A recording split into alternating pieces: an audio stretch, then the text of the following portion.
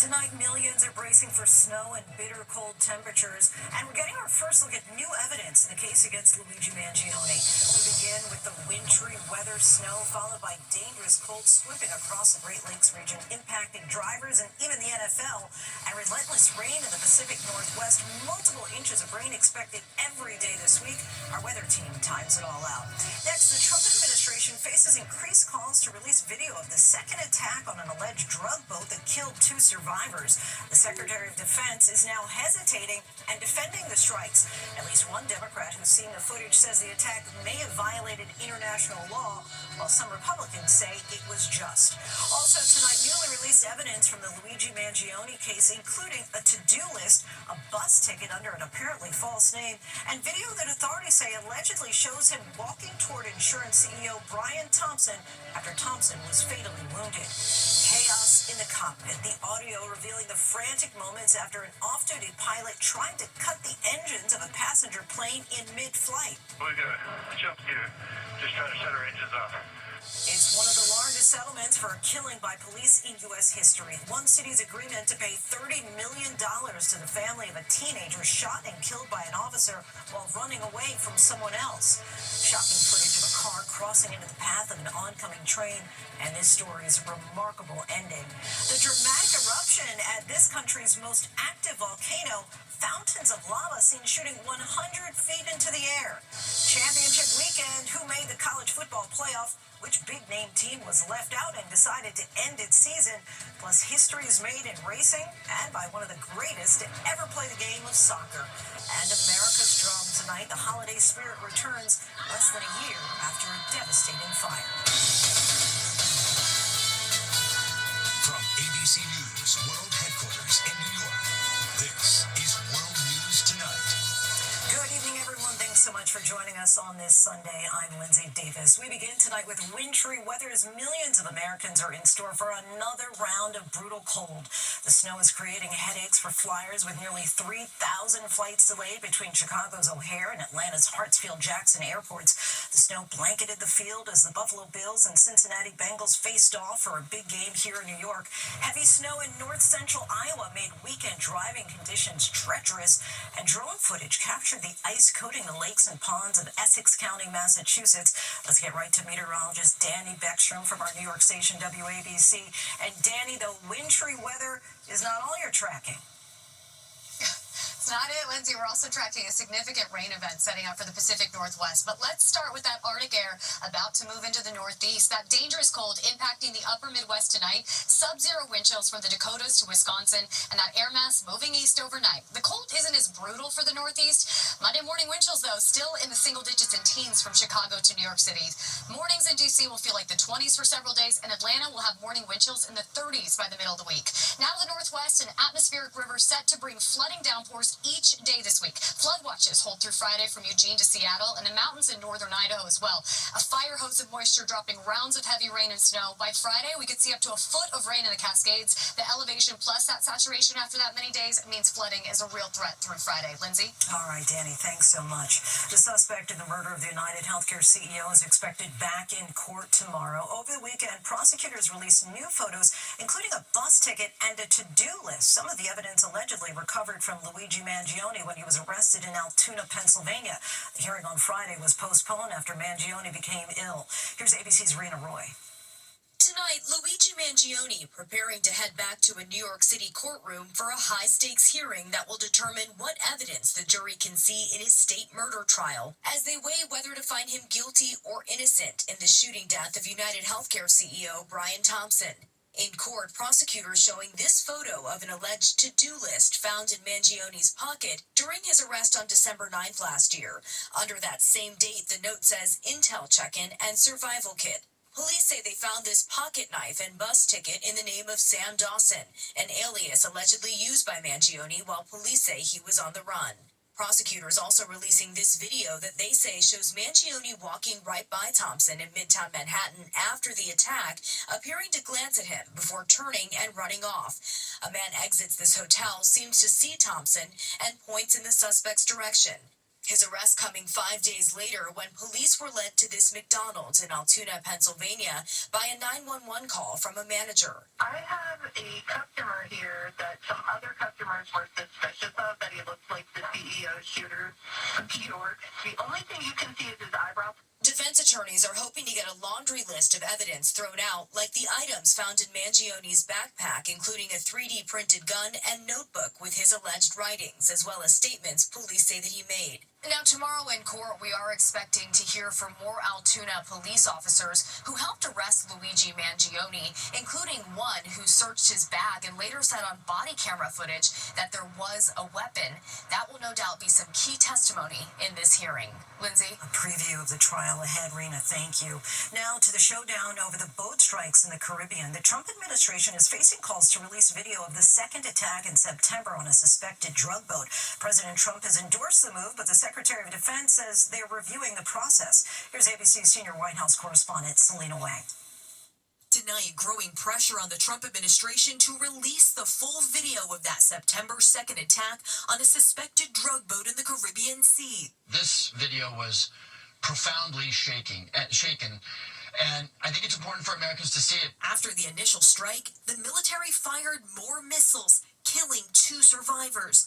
The top Democrat on the House Intelligence Committee, one of the few lawmakers who has seen the unreleased footage, describing the second strike as an attack on defenseless survivors, an act that, if true, would violate international law. I think it's really important that people see what it looks like when the full force of the United States military is turned on 2 guys who are clinging to a piece of wood and about to go under. But the top Republican on the Senate Intelligence Committee insisting all 11 people on board were valid targets, echoing Defense Secretary Pete Hegseth's argument that the survivors were still in the fight. It looked at one point like they were trying to flip the boat back over, presumably to rescue its cargo and continue their mission. Just days ago, President Trump told me he would support releasing the full video. You released video of that first boat strike on September 2nd, but not the second video.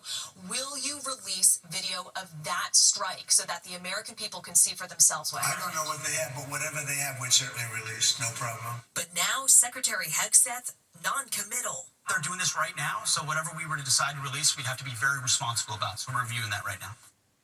And Lindsay, the concerns go far beyond just this operation. Some question whether or not the entire campaign is even legal. Since September, the U.S. has hit more than 20 suspected drug boats, killing more than 80 people. But the administration has yet to provide any public evidence that those who were killed were actually smuggling drugs. Lindsay? Meanwhile, Hegseth is vowing more U.S. boat strikes. Selena, thank you. Next tonight, the Department of Justice is facing a setback in its attempt to possibly re-indict former FBI Director James Comey. On Saturday, a judge temporarily blocked federal prosecutors from accessing key evidence in the case. Let's bring in ABC's Olivia Rubin. Olivia, what are you learning tonight? Lindsay, tonight the Justice Department potentially facing a major setback in its efforts to prosecute the former FBI Director James Comey.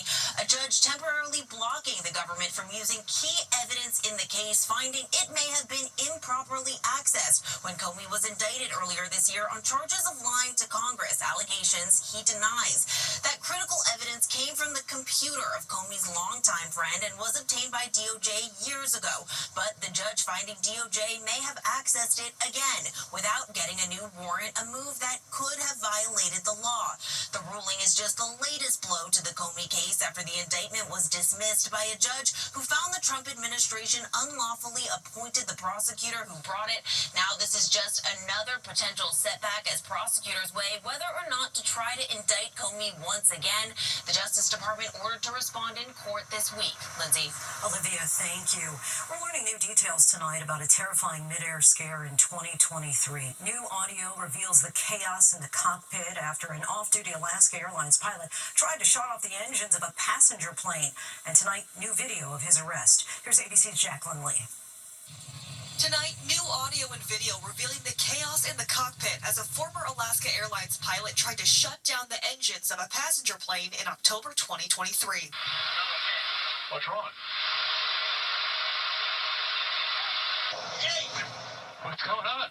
Horizon Flight 2059 was heading from Everett, Washington to San Francisco when off-duty pilot Joseph Emerson, riding in the jump seat, tried to pull the fire suppression handles and putting the lives of 83 other people on board in jeopardy.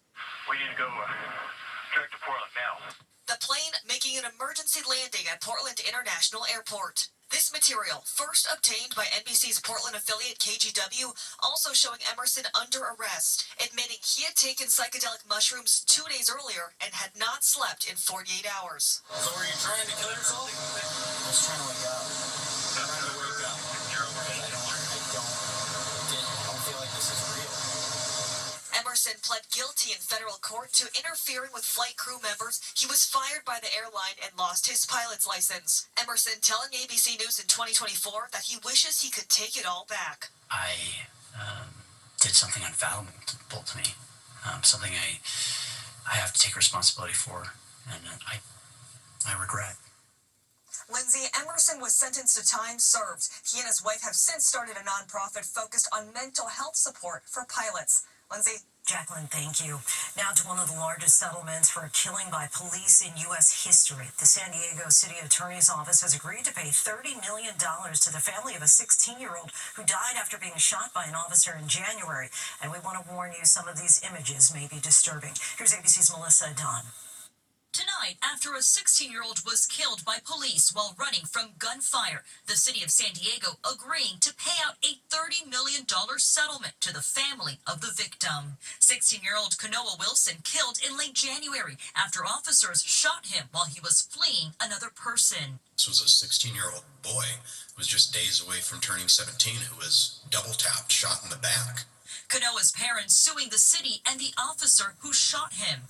In graphic surveillance video released by authorities, Kanoa seen running away after police say another person fired towards him. Kanoa then running past police officer Daniel Gold. Gold firing 2 shots.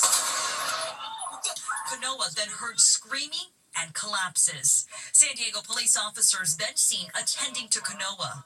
As of right now, this is our only suspect, the one that we're doing medical work on right now. Police say officers performed CPR and while doing so, found a handgun. The teen was taken to the hospital where he later died. The settlement, one of the largest for a police killing, exceeding the city of Minneapolis's George Floyd settlement.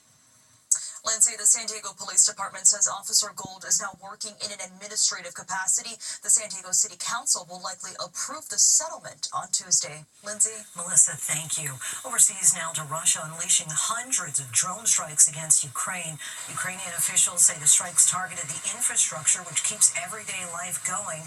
This is talks to end the war wrapped up today in Miami. ABC's Britt Clennett reports tonight from Ukraine. Tonight, the massive attacks Russia unleashed on Ukraine over the weekend, killing 2 people. Russia ramping up its attacks on Ukraine's infrastructure across the country, trying to cripple its energy supply. More than 1,600 drones and 1,400 missiles fired at Ukraine this week.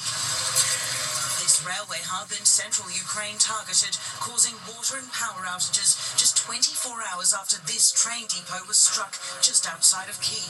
You can see where the station has been hollowed out by the impact. Firefighters clearing through the bits of twisted rubble, working through the building, which is still smoldering. The strikes coinciding with peace talks between the US and Ukraine in Miami that wrapped up this weekend. Zelensky on Saturday describing a phone call with US Special Envoy Steve Witkoff and Jared Kushner as substantive and constructive. That's after peace talks in Moscow earlier this week failed to yield a breakthrough. Lindsay, next President Zelensky will travel to London for talks with European leaders on Monday. French President Emmanuel Macron saying we must continue to exert pressure on Russia to compel it to choose peace. Lindsay. Britt Clennett reporting from Ukraine. Thank you. Back here in the U.S., some good news about the National Guard member who survived a deadly attack in the nation's capital. The mother of 24-year-old Staff Sergeant Andrew Wolf says he's surpassing expectations. She also says doctors are scaling back on his pain medication. Wolf and 20-year-old Army Specialist Sarah Beckstrom were shot in an ambush-style attack the day before Thanksgiving. Beckstrom did not survive. Now to a big day in college football. The 12-team playoff bracket is now set. Undefeated Indiana is the number 1 seed after its historic Big Ten championship win. Let's bring in ABC's Perry Russum. Perry, some big surprises and disappointments. Yeah, Lindsay, the bracket is all set, as you mentioned. Indiana leading the way as the number 1 seed after winning the Big Ten championship last night, staying undefeated. The team they beat, Ohio State, is in as the number 2 seed. Both teams joining Georgia and Texas Tech in getting first-round byes. Tulane and James Madison are also in the playoffs after winning their conference championships. And this is where it gets very interesting. Miami and Alabama are in, meaning Notre Dame is out. The Irish were the first team out and just said they will not play in a bowl game this year. They withdrew their name from consideration. No reason was given. Back to the playoffs. First-round games will be played on the campus of the higher seed. It all starts Friday, December 19th on ABC, Lindsay. Really fascinating move there by Notre Dame. Perry, thank you. There's still much more ahead on World News Tonight this Sunday, including what happened when a car tried to cross the tracks with a train bearing down, and the spectacular scene from Hawaii as Kilauea erupts again. Next tonight, frightening images of a collision at a railroad crossing. You can see a car crossing the tracks in Wilton, Iowa, with a train bearing down. The car was pushed quite a distance, but remarkably, the driver did not suffer any major injuries.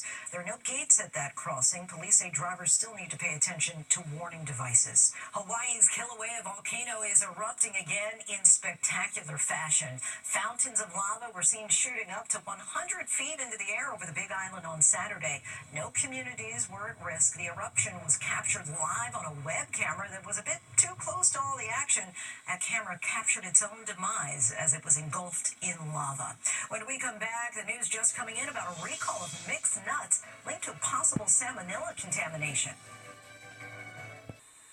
To the index now, we're just getting word of a recall of mixed nuts sold by the Wegmans supermarket chain. It involves varieties of Wegmans deluxe mixed nuts in 34-ounce tubs and 11.5-ounce plastic bags. Wegmans says that those products could be contaminated by salmonella. They were sold in at least 10 states in the East. The race for top driver in Formula One racing went all the way to the checkered flag. Britain's Lando Norris finished third today in the Abu Dhabi Grand Prix, but that was good enough to give him his first world championship. He edged out Max Verstappen, who'd won the last 4 titles. Soccer superstar Lionel Messi is no stranger to championships, and he's added another one to his trophy case by leading Inter Miami to a 3-1 victory over the Vancouver Whitecaps in the MLS Championship. Messi's one of just a handful of players who won both the World Cup and the MLS Cup.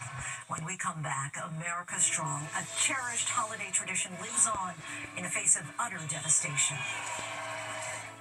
Greetings, everyone. Journey back with me, Kevin Costner, for the story of the first Christmas, like you've never seen it before. The First Christmas, Tuesday on ABC. Finally tonight, a welcome sign of the season in the Holy Land. A giant Christmas tree was lit in Manger Square in Bethlehem, the traditional birthplace of Jesus. Celebrations had been canceled the past 2 years because of the war in Gaza. And here at home, a special celebration 11 months after everything changed. While the tradition dates back more than 100 years, last night's Christmas Tree Lane Lighting Festival in Altadena, California was especially meaningful. 3, 2, 1. The trees that once stood as silent witnesses to nature's fury after the devastating fires here are once again bathed in light. Marking the first time since that dark chapter of loss in January when the Eaton Fire raced through, killing 19 people and destroying thousands of homes. Even though they lost their houses, they are in good spirits and they are very strong. The streets of Altadena, once cloaked in the shadow of tragedy, once again shimmer with a quiet promise. The glow of more than 20,000 twinkling lights on 153 deodars, a type of cedar tree that stretch along Christmas Tree Lane. Amazingly, none of the 153 deodars along this iconic street were lost in the fire, some as high as 130 feet tall. I think there was a fear that we were going to put things aside because the rebuild effort is continuing. More than 200 volunteers worked on weekends for 10 weeks to bring this year's tree lighting to life. This year was a little challenging with the hurdles we had to go through to see even if our power lines were great, if we could even get the lights into the trees to see if our trees were healthy enough. An estimated 20,000 people showed up to marvel at this moment, to witness these trees, no longer standing as reminders of destruction, but as symbols of hope shining brightly into the night here in Altadena, where light has returned. Heartwarming to see that. Thanks so much for watching. David Muir right back here tomorrow night. I'm Linda Davis in New York. Have a great evening. Good night.